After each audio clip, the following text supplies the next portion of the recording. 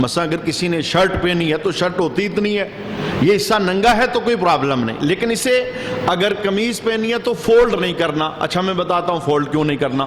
دوسری بات یہ، نماز شروع کرنے سے پہلے بعض لوگوں کی شلوار وہ ٹخنوں پر آ رہی ہوتی ہے، تو وہ ٹخنوں کو ننگا کرنا چاہتے ہیں، اور ننگا بھی کرنا چاہیے نماز کے دوران بھی اور نماز کے علاوہ بھی، لیکن ان ٹخنوں کو ننگا کرنے کے لیے وہ کیا کرتے ہیں، شلوار کو اوپر سے فولڈ کر دیتے ہیں۔ تو حدیث کے اندر آقا حضور رحمت عالم صلی اللہ علیہ وآلہ وسلم نے دوران نماز کپڑے کو فولڈ کرنے سے منع کیا ہے۔ یہی وجہ ہے فقہاء نے باقاعدہ یہ مسئلہ تحریر کیا ہے کہ جس نے شلوار کو اوپر سے فولڈ کیا اور نماز پڑھی، یا جس نے اپنے بازو پورے چڑھا دیے، انہیں فولڈ کیا پورا چڑھا دیا اور نماز پڑھی، کہا یہ نماز مکروہ تحریمی ہے۔ اس کا معنی کیا ہے؟ مکروہ تحریمی ہے، یعنی یہ وہ نماز ہے جو دوبارہ ادا کی جائے گی، واجب الاعادہ ہے، اس کو دوبارہ پڑھنا پڑے گا، چونکہ ایک حکم رسالت معاب صلی اللہ علیہ وآلہ وسلم تھا، نمازی نے اس پر عمل نہیں کیا۔ حکم کیا تھا کہ کپڑا فولڈ نہیں کرنا۔ تو اب رہی بات یہ کہ سوال یہ ہے، جب کپڑا فولڈ نہیں کرنا تو کیا ہم پھر اپنی شلوار کو ٹخنوں پر ہی آنے دیں؟ تو فقہاء نے کہا کہ جب دو چیزیں اکٹھی سامنے آ جائیں، یعنی دونوں میں سے ایک ہی کرنی ہے، یا ٹخنے ننگے رکھنے ہیں اور یا پھر ٹخنوں پر کپڑا آنے دینا ہے، لیکن اگر ٹخنے ننگے کریں تو شلوار فولڈ کرنا پڑتی ہے، اور اگر ٹخنوں پر ہی کپڑا پڑا رہے شلوار کا تو نماز پڑھیں۔ ان دونوں کے درجے فقہاء نے بیان فرمائے، کہا اگر فولڈ کریں گے تو اس طرح نماز پڑھنا مکروہ تحریمی ہے، اور اگر ٹخنوں پر کپڑا آ گیا ہے اس طرح نماز پڑھنا مکروہ تنزیہی ہے۔ اس کا معنی کیا ہے؟ مکروہ تحریمی کا معنی یہ ہوتا ہے یہ نماز دوبارہ پڑھنی ہوگی، اور مکروہ تنزیہی کا معنی مکروہ ہے، ناپسندیدہ ہے، لیکن یہ نماز ہو جائے گی، اسے دوبارہ پڑھنے کی ضرورت نہیں ہے۔ یہ اس کا فرق ہے۔ لہٰذا اگر شلوار بڑی ہے اور سیدھی طرح اوپر کرنے سے، ایک ہوتا ہے فولڈ کرنا اور ایک ہوتا ہے اٹھا کے ذرا اوپر کرنا، جتنی اوپر جا سکتی ہے، اس سے اگر ٹخنے ننگے ہو جاتے ہیں تو بہت اچھا ہے، لیکن اگر اوپر کرنے سے بھی ٹخنے ننگے نہیں ہوتے تو پھر ٹخنوں پر کپڑا آنے دیں، لیکن شلوار کو اوپر سے فولڈ نہ کریں، کیونکہ فولڈنگ سے آقا حضور رحمت عالم صلی اللہ علیہ وآلہ وسلم نے منع فرمایا ہے۔ اسی طرح بازو کو فولڈ کر کے نماز پڑھنا یہ مردوں کے لیے لباس کے حوالے سے، یعنی جو شرط ہے ستر عورت، میں نے اس پر ضمناً دو چار باتیں آپ کے سامنے مزید عرض کر دی۔ مرد کے لیے نماز میں ناف سے لے کے گھٹنوں سمیت اس علاقے کا چھپا ہوا ہونا یہ ضروری ہے۔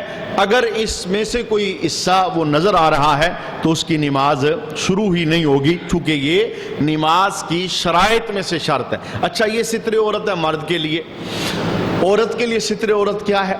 اگر اس بزم کے اندر مجھے سننے والا باپ ہے تو اسے یہ بیٹی کو سمجھانا ہے، بھائی ہے تو اسے بہن کو بتانا ہے، شوہر ہے تو اسے یہ سبق اپنی بیوی کو دینا ہے، تاکہ وہ نماز پڑھیں تو نماز ایسی پڑھیں کہ وہ قبول بھی ہو، نماز ایسی پڑھیں کہ رحمت بھی لائے، نماز ایسی پڑھیں کہ وہ برکت بھی گھر کے اندر آئے۔ اور وہ نماز کیسی ہوتی ہے جس کے اندر شرائط، فرائض، واجبات، سنن، مکروہات، مفسدات، ان سب کا علم رکھ کر ذہن کے اندر پھر اہتمام کے ساتھ نماز ادا کی جاتی ہے۔ اچھا عورت کے لیے ستر عورت کیا ہے؟ سماعت کیجئے، 5 چیزوں کے علاوہ عورت کا پورا جسم نماز کے دوران پردے میں ہونا، چھپانا یہ فرض ہے۔ اچھا وہ 5 چیزیں کون سی ہیں؟ ہاتھ کا یہ والا حصہ، یہ پونچوں سے آگے والا ہاتھ کا حصہ، یہ دونوں ہاتھ، دو تو یہ ہو گئے، دونوں پاؤں، دونوں ہاتھ، دونوں پاؤں، چہرے کی ٹکلی، یہ والا چہرے کا حصہ عورت کے لیے، یہ چہرے کی ٹکلی ہے، یہ سامنے والا حصہ۔ ان 5 جگہ کے علاوہ دونوں ہاتھ، دونوں پاؤں، چہرے کی ٹکلی، پورے کا پورا وجود عورت کے لیے نماز میں چھپانا یہ فرض ہے۔ اگر دوران نماز، چونکہ یہ شرائط میں سے ہے، دوران نماز عورت کے بازو نظر آ رہے تھے، یا عورت کے بال نظر آ رہے تھے، یا عورت کی گردن نظر آ رہی تھی، چونکہ فقہا نے کہا کہ گردن بھی چھپانے والی ہے اور بال بھی چھپانے والے ہیں، یہاں تک فقہا نے مسئلہ تعریف کیا کہ اگر کسی عورت نے اتنا باریک دوپٹہ پہنا ہے اور جس سے اس کے بالوں کی سیاہی نظر آ رہی ہے، یعنی باریک دوپٹہ ہو تو وہ سیاہ بال، ان کی سیاہی چمکتی ہے، نظر آتا ہے، تو اتنا باریک دوپٹہ ہے تو اس میں اس کی نماز نہیں ہوگی، چونکہ شرط کامل نہیں ہے۔ شرط کیا تھی کہ ان 5 جگہوں کے علاوہ پورے وجود کا چھپانا یہ فرض ہے۔ اسی طرح جس عورت نے آف بازو پہنے ہوئے ہیں قمیض کے، تو یہ عورت کے لیے جائز نہیں ہے، مرد کے لیے تو جائز ہے لیکن عورت کے لیے جائز نہیں۔ اچھا، یہ جو میں نے ابھی آپ کے سامنے کلام بولا ہے، جس طرح مرد کے لیے عام زندگی کے اندر بھی ستر عورت یہ فرض ہے، یعنی اسے چھپانا فرض ہے، اسی طرح عورت کے لیے نماز کے علاوہ بھی عام زندگی کے اندر بھی جس حصے کو نماز میں چھپانا فرض ہے، نماز کے علاوہ ان حصوں کو تو چھپانا فرض ہی فرض ہے۔ فقہا نے کہا ساتھ چہرہ چھپانا یہ بھی ضروری، جوان عورت کے لیے، چونکہ فتنہ چہرے سے شروع ہوتا ہے، یہ چہرے کا ننگا کرنا خالی نماز میں ہے، نماز کے علاوہ عورت چہرے کے پردے کا اہتمام بھی کرے گی، اور اگر اس نے ہاف بازو پہنے ہیں یا اس نے بازو تو پورے پہنے لیکن جو شمیز ہے وہ ہاف ہے اور کپڑے باریک ہیں، وہ جسم اس سے نظر آ رہا ہے، اس لباس کے اندر بھی عورت کی نماز نہیں ہوگی، کیونکہ جو چھپانا تھا اس نے چھپایا نہیں۔ اب اس کا حل کیا ہے؟ چونکہ جس نازک دور سے ہم گزر رہے ہیں، فیشن ہر دن وہ نیا نیا آتا ہے، اور مسلمان عورتیں یہ سوچے سمجھے بغیر کہ یہ فیشن کہیں ہمیں دوزخ تو نہیں لے جائے گا، وہ اسے قبول کر لیتی ہیں اور اپنے اوپر اپلائی بھی کر لیتی ہیں۔ تو جو فیشن یعنی جس کی مانگ ہوتی ہے، مارکیٹ میں چیز بھی وہی آتی ہے، پھر کپڑے بھی اسی طرح کے ہیں، تو اب نماز تو پڑھنی ہے، تو پھر اس کا طریقہ کار کیا ہے کہ ایک بڑی چادر رکھی جائے، جو ماں بہن بیٹی نماز پڑھنا چاہتی ہے گھر کے اندر اور وہ سمجھتی ہے کہ میرے کپڑے باریک ہیں، اگر ان کپڑوں کے اندر میں نماز پڑھوں گی تو میرے جسم کے یہ حصے نظر آئیں گے، تو اتنی بڑی ایک چادر رکھی جائے جس سے پورے جسم کو لپیٹ لیا جائے۔ چونکہ عورت جب ہاتھ اٹھاتی ہے تو اس کے لیے ہاتھ باہر نکالنا ضروری نہیں، ہاتھوں کو وہ چادر ہی کے اندر کر سکتی، چھپانے کے لیے، چھپانے کی غرض سے کہ کپڑے مکمل نہیں ہیں، باہر نکالوں گی تو میری نماز وہ کامل نہیں ہوگی، بڑی چادر کا اہتمام کیا جائے۔ اگر باریک دوپٹہ ہے، دوپٹے کے اوپر ایک اور چادر ڈال دی جائے تاکہ بالوں کی سیاہی نظر نہ آئے۔ یہ وہ باریک چیزیں ہیں جن کا جاننا اور سیکھنا یہ ہمارے اوپر لازم ہے اور ضروری ہے۔ دیکھیے، یہ بہت دکھ کے ساتھ میں یہ جملہ بولنا چاہتا ہوں، چونکہ 2-4 سال پہلے جب حج کا تجربہ ہوا، پوری دنیا سے خواتین آتی ہیں وہاں حج کرنے کے لیے، لیکن جو برا حال پاکستان کی خواتین کا تھا، پوری دنیا میں سے کسی ملک کی خواتین کا نہیں تھا۔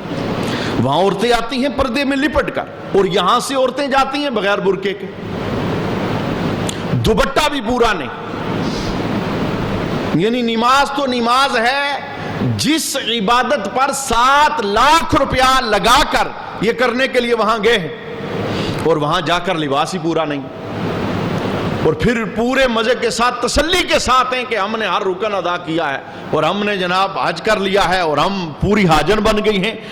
یہ کمی کہاں سے ہوئی؟ یہ کمی ابتدا سے ہوئی، ہم نے سیکھا نہیں، ہم نے تربیت اپنی کی نہیں، اور ہمیں پتہ نہیں چلا کہ مذہب نے ہمارے نام پیغام کیا دیا ہے۔ بہرکیف یہ ایک رونا ہے جو میں اکثر روتا ہی رہتا ہوں۔ رونے کا مقصد یہ ہے کہ ہمارے دل کے اندر یہ دیپ جلے کہ مذہب ہماری ضرورت ہے، دین ہماری ضرورت ہے۔ مجھے بتائیں، جس عورت کو رب نماز میں آئے تو حکم دے با پردہ ہو کے آنا، تیرا بال نظر نہ آئے، تیری گردن نظر نہ آئے، تیرے جسم کا کوئی حصہ نظر نہ آئے، جس عورت کو رب حکم دے کہ جب تیرے جسم سے روح نکل جائے، مرد کو 3 کپڑے اور تجھے 5 کپڑوں میں میرے پاس آنا ہے، یعنی اب تو محتاج ہے، خود ہل نہیں سکتی، خود چل نہیں سکتی، لیکن تجھے پیچھے رہ جانے والے دوپٹہ بھی پہنائیں گے, سینہ بند بھی پہنائیں گے, تیرے مکمل پردے کا اہتمام کر کے تجھے اندھیری قبر کے اندر ڈالیں گے.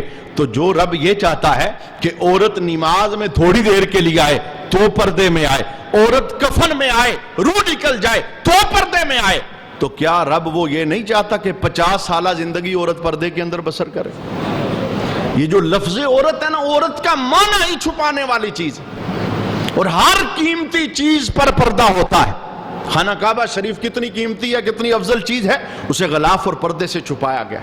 ماؤں کو اپنی قدر اور بہنوں کو اپنی قدر اور بیٹیوں کو اپنی قیمت سمجھنی چاہیے کہ ہم نے یہودیوں کے پیچھے جا کر اپنا دوپٹہ نہیں اتارنا, اپنے لباس مختصر نہیں کرنے, اس لیے کہ ہم نے کسی یہودی عیسائی کا کلمہ نہیں پڑھا, ہم نے آمنہ کے لال کا کلمہ پڑھا ہوا ہے, اور جس نبی کا ہم نے کلمہ پڑھا ہے اس نبی کی تربیت ہمارے لیے بارکیف یہ ہے. نماز کے اندر بھی اس کا اہتمام کرنا ہے اور نماز کے علاوہ بھی اس کا اہتمام کرنا ہے. چونکہ وقت ہمارا بہت مختصر ہوتا ہے جمعہ کے نشست کا, میں چاہتا ہوں آج شرائط ہماری مکمل ہو جائیں, میں اس پر مزید کلام نہیں کروں گا. نماز کی شرائط میں سے دوسری شرط میں نے آپ کے سامنے بیان کی, مرد عورت کا فرق بھی بیان کیا, عورت کے لیے جو ستر عورت ہے وہ بھی, اور مرد کے لیے جو ستر عورت ہے وہ بھی ہم نے سماعت کیا. تیسری شرط سنیے, نمازی کے لیے نماز شروع کرنے سے پہلے اس شرط کا ذہن میں رکھنا ضروری ہے کہ تیسری شرط ہے وقت. اس کا کیا معنی ہے کہ آپ جو نماز پڑھ رہے ہو اس نماز کا وقت ہونا ضروری ہے, چونکہ جو وقت کے اندر نماز پڑھی جاتی ہے وہ ادا ہوتی ہے, اور جو وقت گزرنے پر نماز پڑھی جاتی ہے یعنی وقت گزار کر اس کے بعد پڑھی جاتی ہے وہ قضا ہوتی ہے. تو اب چونکہ اس دور کے اندر یہ مشکل نہیں ہے, پہلے دور کے اندر وقت معلوم کرنا, زور کا بھی ختم ہو رہا ہے, عصر کا شروع ہو رہا ہے, مغرب کا کب تک ہے, پہلے دور کے اندر مشکل تھا لیکن اب مشکل نہیں ہے. سائنس نے اس بات کو ہمارے لیے بہت آسان کر دیا ہے. یہ جو نقشہ یہاں آپ سامنے دیکھ رہے ہیں اس کی قیمت خالی 50 روپے ہے, اور یہ ہر مسلمان کے گھر میں ہونا چاہیے. یہ سامنے لگا ہوا ہے, ہر مسلمان کے گھر میں ہونا چاہیے. اچھا کیوں ہونا چاہیے؟ ہونا اس لیے چاہیے کہ گھروں کے اندر آپ تو مسجد نماز پڑھتے ہیں, اور بعض اوقات بندے کی آنکھ نہیں کھلتی, بندہ گھر بھی پڑھ لیتا ہے. مائیں بہنیں تو گھروں میں ہی پڑھتی ہیں, خاص کر کے فجر کی نماز. بعض اوقات عین اس وقت بندے کی آنکھ کھلتی ہے کہ بندے کے خیال کے اندر ابھی ٹائم ہے لیکن ٹائم ختم ہو چکا ہوتا ہے. وہ جلدی جلدی وضو کر کے ابھی تو سورج نظر نہیں آیا, جیسے ہمارے یہاں روٹین ہے, ابھی تو سورج نظر نہیں آیا, اندھیرا لگ رہا ہے, ہو سکتا ہے موسم کی وجہ سے اندھیرا ہو, بادل چھائے ہوئے تو کافی دیر تک صبح اندھیرا رہتا ہے. تو اس ٹائم ٹیبل کا ہونا ضروری ہے. اچھا اس کا ایک اور فائدہ بھی میں اس کی مثال آپ کو دیتا ہوں. آپ لیٹ ہو گئے, فجر کے ٹائم آپ کو اٹھنا تھا, لیکن آپ ایگزیکٹ اس ٹائم اٹھے کہ آپ نے نقشہ دیکھا فجر کا ٹائم ختم ہونے میں خالی 3 منٹ رہتے ہیں. اب اگر آپ وضو کرنے جاتے ہیں, چونکہ وضو 3 منٹ میں نہیں ہوگا, وضو کرنے جاتے ہیں تو ٹائم ختم ہو جائے گا, ٹائم ختم ہوگا نماز قضا ہو جائے گی. اور شریعت یہ چاہتی ہے ہماری نماز کسی صورت کے اندر بھی قضا نہ ہو, اور ہمیں اس بات کا احساس دل کے اندر پیدا کرنا ہے کہ قضا نماز کا وبال بڑا ہے. کچھ بھی ہو جائے, ماں کی میت بھی گھر میں پڑی ہو, نماز قضا نہ ہو. بڑے سے بڑا حادثہ ہو جائے, نماز قضا نہیں ہونی چاہیے. ایک نماز قضا کرنا جان بوجھ کے دوزخ کے دروازے پہ اس کا نام لکھ دیا جاتا ہے. تو یہ احساس ہمیں اب بیدار کرنا ہے جب ہم زندہ ہیں, اور جب آنکھ بند ہو جائے گی تو پھر اس احساس کا کوئی فائدہ نہیں. پھر تو ادھر جا کے پتہ ہے بندوں نے کیا کہنا ہے. قرآن نے نقل کیا ہے, بیان کیا ہے, بزم حشر کے اندر رب کے دربار کے اندر لوگ پیش ہوں گے تو کیا کہیں گے؟ کہیں گے فرجعنا نعمل صالحا, مولا اب ایک بار دنیا میں بھیج, اب ہم نیک کام کریں گے. لیکن ادھر سے واپس بھیجا نہیں جائے. لہذا نماز ادا کرنی ہے تو پھر ادا کرنی ہے, اس کا اہتمام ہونا چاہیے. اچھا جو میں جملہ بتانا چاہتا ہوں, اچھا اب کیا کریں؟ وضو کرتے ہیں تو نماز کا وقت ختم ہو رہا ہے, یا بعض اوقات بندہ اٹھتا ہے 5 منٹ بھی رہتے ہیں 7 رہتے ہیں لیکن اس پہ غسل لازم ہے. غسل کرے گا تو وقت چلا جائے گا. بعض لوگ سستی کر دیتے ہیں, چلو یار اب تو غسل لازم ہے تو پھر ایسا کرتے ہیں, چھوڑتے ہیں, بعد میں دن کو غسل کر لیں گے, قضا کر لیں گے. یعنی قضا کو بالکل معمولی سمجھا, قضا کر لیا تو کیا ہوگا, حالانکہ بہت بڑا گناہ ہے, گناہ کبیرہ ہے, اور جان بوجھ کے بندہ کر رہا ہے, موقع بھی ہے. اچھا شریعت نے کیا حکم دیا؟ شریعت نے حکم دیا بھئی وقت تیرے پاس نہیں ہے, فجر میں, مثال دے رہا ہوں, فجر کسی نماز میں بھی ہو سکتا ہے, فجر کی بات کر رہا ہوں, وقت نہیں ہے, تو وضو نہیں کر سکتا, غسل نہیں کر سکتا, اب نماز میں ٹائم بہت تھوڑا رہ گیا ہے, 3 منٹ 4 منٹ رہ گئے, شریعت نے حکم دیا فوراً دیوار کے ساتھ لگ تیمم کر لے. دیوار کے ساتھ ہاتھ لگا, تیمم کے 3 فرض ہیں. نیت کرنا پہلا فرض, ہاتھ مٹی پہ مار کے پورے چہرے کا مسح کرنا اچھی طرح, یہ دوسرا فرض, اور پھر ہاتھ دوبارہ مٹی پہ مار کے دونوں ہاتھوں کا کونیوں سمیت مسح کرنا, یہ تیمم کا تیسرا فرض ہے. نماز کی نیت سے تیمم کریں, بس 2 کام کرنے, نیت تو ہوگی دل میں, ایک مرتبہ ہاتھ دیوار پہ مار کے پورے چہرے پہ, دوسری مرتبہ ہاتھ دیوار پہ مار کے دونوں ہاتھوں کا کونیوں سمیت مسح کرنا, اور اس کے بعد کیا کرنا ہے, فوراً مصلی لے کے نماز کے لیے کھڑے ہو جائیں. اچھا اب ہم نے تیمم کر کے نماز شروع کی, وقت ختم ہو گیا, یعنی ہم نے شروع کی تھی تو وقت تھا, پڑھ رہے ہیں ختم ہو گیا. شریعت نے کہا ٹھیک ہے بھائی, اب کیا ہوگا, کہا تو نے نماز پڑھی ہے, 2 باتیں ہیں, ایک بات تو یہ ہے کہ وقت بھی ختم ہو رہا تھا لیکن تو نے شروع کی تھی تو وقت تھا, یہ ادا ہی میں آتی. دوسری بات یہ, تو نے نماز پڑھی ہے, غسل تجھ پہ لازم تھا, پانی بھی تھا, لیکن مجبوری وقت ختم ہو رہی تھی اس لیے تو نے تیمم کیا ہے. شریعت نے کہا تیری نماز ہو گئی ہے لیکن واجب الاعادہ ہے. منع کیا؟ فرمایا اب دوبارہ اسے پڑھ, لیکن تجھے قضا کا گناہ نہیں ہوگا, تجھے قضا کا گناہ نہیں ہوگا. یہ میں وقت کی اہمیت بتا رہا ہوں کہ ہمیں پتہ ہونا چاہیے. مسجد ہیں تو ہماری یہ فوراً الیکٹرک گھڑیاں لگی ہوئی ہیں, یہ بتا دیتی ہیں بھی فجر کا وقت ختم ہو رہا ہے, زور کا ختم ہو رہا ہے, عصر کا ختم ہو رہا ہے, اسی طرح مغرب کا ختم ہو رہا ہے. لوگوں کے ذہن کے اندر بات ہے جیسے ہی مغرب کی اذان ہو ساتھ ہی مطلب نماز پڑھ لو, تھوڑے سے بھی لیٹ ہو گئے نا وقت ختم ہو جائے. حالانکہ تقریباً گھنٹے تک اس کا وقت ہوتا ہے, کیلنڈر کے اوپر لکھا ہوتا ہے. تو دیکھ لیں ابھی عشاء کا ٹائم ختم نہیں ہوا تو مغرب کا ہے, خواہ سے قضا کیوں کر رہے ہیں, اسے ادا کریں.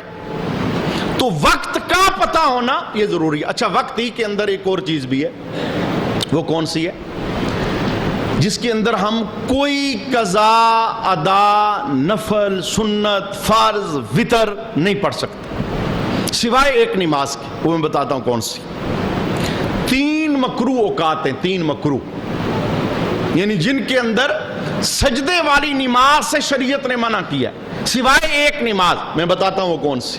اچھا پہلا مکروہ وقت ہے, یہ بھی یہاں لکھا ہوا ہے, اوقات مکروہ اس کیلنڈر کے اوپر باقاعدہ وہ علادہ خانہ بنا ہے, لکھا ہے کہ آج مکروہ ٹائم اتنا ہے. اچھا 3 مکروہ ٹائم کون سے ہیں؟ سورج صبح جب طلوع ہوتا ہے, طلوع ہونے کے 20, 22, 25 منٹ بعد ایک مکروہ وقت یہ ہے. دوسرا ہے جب سورج بالکل سیدھا ہوتا ہے, زوال کا ٹائم جسے کہتے ہیں, یہ بھی تقریباً 18 منٹ 20 منٹ بدلتا رہتا ہے, یہ بھی لکھا ہوا ہے. تیسرا ٹائم ہے جب سورج غروب ہو رہا ہوتا ہے, غروب ہونے سے 20 منٹ پہلے. یہ جو تیسرا ٹائم ہے, جو پہلا ٹائم ہے سورج بلند ہونے کے 20 منٹ بعد اور زوال کا ٹائم, اس ٹائم میں تو کوئی نماز بھی پڑھنے کی اجازت نہیں, نہ قضا, نہ ادا, نہ فرض, واجب, سنت, کچھ بھی. لیکن جو عصر والا ٹائم ہے, یعنی جب سورج غروب ہو رہا ہے, اگر اس دن کی عصر کی نماز ہماری رہتی ہے اور ہم اتنے لیٹ ہو گئے, مکروہ ٹائم شروع ہو گیا, 10 منٹ رہتے تھے غروب میں, 5 منٹ رہتے تھے غروب میں, شریعت نے کہا بھئی فرض پڑھ لے, اب عصر پڑھ لے. وجہ یہ ہے چھوڑے گا تو قضا ہو جائے, اور قضا کا گناہ بہت بڑا ہے.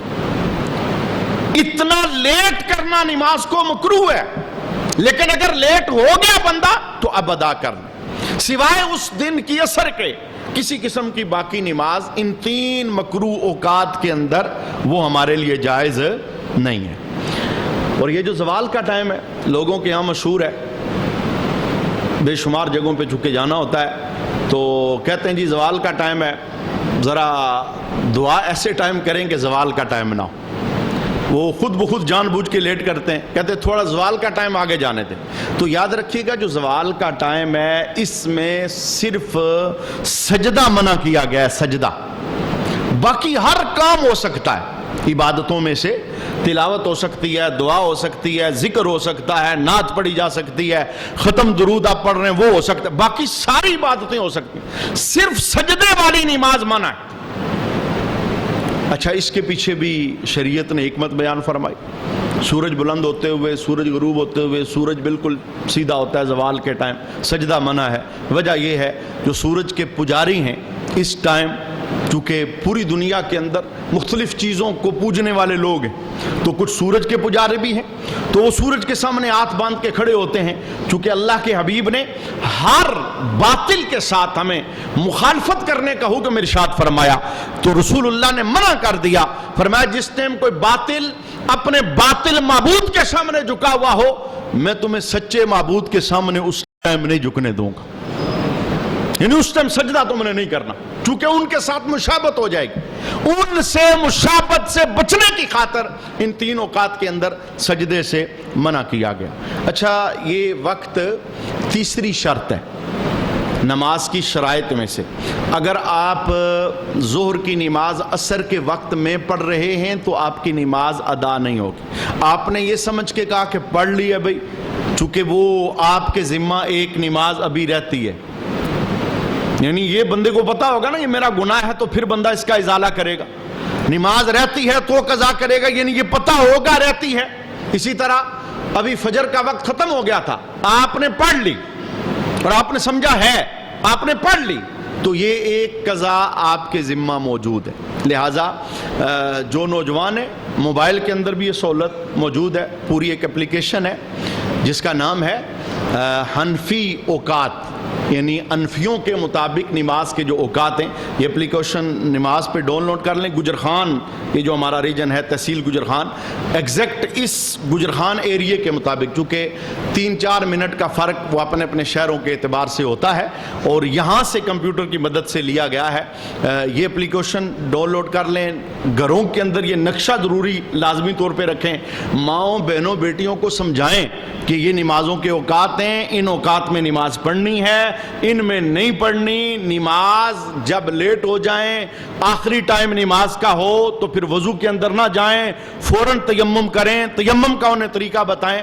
اچھا, لگے ہاتھوں ہم نے نماز کی شرائط کے ساتھ ساتھ ایک فائدہ اور بھی سماعت کر لیا کہ تیمم مٹی سے بھی وہ نماز تیمم کر کے ادا کی جا سکتی ہے. لیکن اس میں مزید مسائل ہیں, یہ میں نے صرف ایک جزئی آپ کے سامنے بیان کی ہے.